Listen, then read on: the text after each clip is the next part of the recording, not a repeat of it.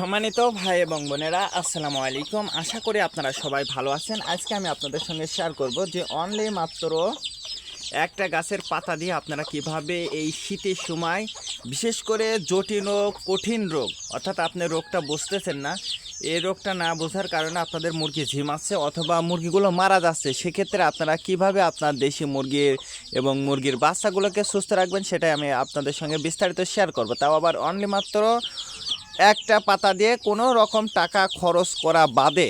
বিশেষ করে যে সকল বোনেরা গ্রামে বাস করেন, আর এই গ্রামে বাস করে আপনারা যারা দেশি মুরগির খামারটা করছেন বা দেশি মুরগিটা পালন করছেন, তাদের জন্যই কিন্তু আজকের এই ভিডিওটা।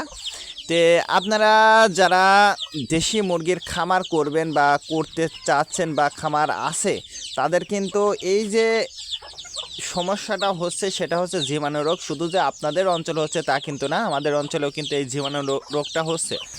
কিন্তু এর চিকিৎসা পদ্ধতিটা কিন্তু খুবই সহজ। আপনি ঘরোয়াভাবে যদি অনলি মাত্র একটা গাছের পাতা দিয়ে যদি আপনারা চিকিৎসা করেন, আপনার মুরগির বাচ্চা বা মুরগিগুলো কিন্তু আর একটা মুরগিও ঝিমাবে না ইনশাল্লাহ। কিন্তু আপনাকে জানতে হবে যে আপনারা এই পাতাটা কিভাবে আপনার মুরগিগুলোকে খাওয়াবেন এবং কিভাবে আপনার মুরগিগুলোকে সুস্থ রাখবেন, এটা কিন্তু আপনাকে জানতেই হবে।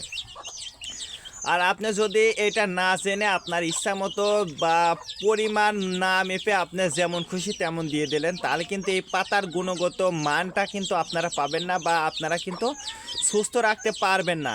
বিশেষ করে যে সকল বোনেরা আপনারা যারা ছোট্ট পরিসরে একটা থেকে দুইটা বা তিনটা মুরগি দিয়ে আপনারা খামার করছেন, যাদের মুরগির বাচ্চা আছে বা নতুন উদ্যোক্তা হতে চাচ্ছেন, আমি তাদের উদ্দেশ্যে বলবো যে অবশ্যই আপনারা দেশি মুরগি, আপনারা বেশি না 3 থেকে 5টা দেশি মুরগি দিয়ে আপনারা ছোট্ট পরিসরে একটা খামার করবেন। দেখবেন যে ওই খামারটায় 6 মাস পরে দেখবেন আপনার মুরগির সংখ্যা, যদি আপনার 10টা করেও যদি ডিম বসান, সেক্ষেত্রে অবশ্যই সেই মুরগি থেকে আপনার 30টি বাচ্চা অনায়াসে পেয়ে যাবেন। 30টার বেশি পাবেন, আমি কম ধরেছি, 10টা করে মুরগি ধরেছি, বাচ্চা ধরেছি। তো আপনার যদি আরও বেশি কিন্তু ডিম দিয়ে বসাতে পারবেন ইনশাল্লাহ। তো এইরকম যদি আপনারা ছোট্ট ছোট্ট খামারে কিন্তু একদিন ভবিষ্যতে আপনার 1 বছরের ব্যবধানে কিন্তু একটা বড় খামারে কিন্তু রূপান্তরিত করতে পারবেন আপনারাই। তার কারণ যে সকল বোনেরা গ্রামে বাস করেন, তাদের কিন্তু খাবার খরচটা কিন্তু খুবই কম হচ্ছে। যদি বলেন যে কিভাবে খাবার খরচ কম হচ্ছে, ওই মুরগিটা যদি আপনারা ছেড়ে দিয়ে মুরগিটা পালন করেন শুধু সকালবেলা, এবং মুরগি যখন রাতে আপনি ঘরে তুলতে যাবেন, তখন কিন্তু অনলি খাবারটা দিলেই কিন্তু আপনার মুরগির খাবারের ঘাটতিটা বা খাবারটা কিন্তু হয়ে যাবে। আর যদি আপনারা খাসা পদ্ধতিতে পালন করতে চান, সেক্ষেত্রে কিন্তু আপনার খাসা পদ্ধতিতে কিন্তু মুরগিটা পালন করতে পারবেন ইনশাল্লাহ। আর আমাদের যে সমস্যার সম্মুখীন হয়, আমরা যে গ্রামে বাস করি, যে সমস্যা সেটা হচ্ছে জীবাণু রোগ। আর এই জীবাণু রোগটা কিন্তু 2 ধরনের হয়ে থাকে, একটা ঠান্ডাজনিত সমস্যার কারণে, আর একটা হচ্ছে আমাশাজনিত সমস্যার কারণে। আপনাদের এই সমস্যার সমাধান আমি বলবো যে আপনারা যদি অনলি মাত্র একটা গাছের পাতা দেন, তাহলে কিন্তু এই সমস্যার সমাধানটা হয়ে যাবে ইনশাল্লাহ। তো সেই পাতা, এই পাতাটা আপনারা চেনেন না এমন কোনো মানুষ কিন্তু আপনার গ্রামে বা শহরে নাই।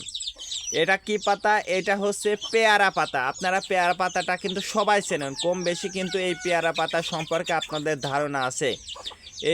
এই পেয়ারার পাতা দিয়েই কিন্তু আপনারা আপনার দেশি মুরগি এইটা বেটে, যদিও আমার ভিডিও দেওয়া আছে, আমি আজকে বেটে দেখালাম না। এটা হচ্ছে বেটে রস করে আপনার যতগুলো মুরগি আছে, মুরগি ওই যে বাচ্চাদের যে ওষুধটা মেপে আপনারা খাওয়ান, ওই রকম কাক দিয়ে বা মুটকি দিয়ে আপনারা অবশ্যই এইটা পাতার রসটা অবশ্যই মেপে তারপর আপনারা আপনার মুরগিগুলোকে খাওয়াবেন। দেখবেন যে ইনশাল্লাহ আপনার মুরগি যতবার জীবাণু এবং কঠিন রোগটা হোক না কেন ঠিক হয়ে যাবে। আজকে এ পর্যন্ত, ভালো থাকবেন, আল্লাহ হাফেজ।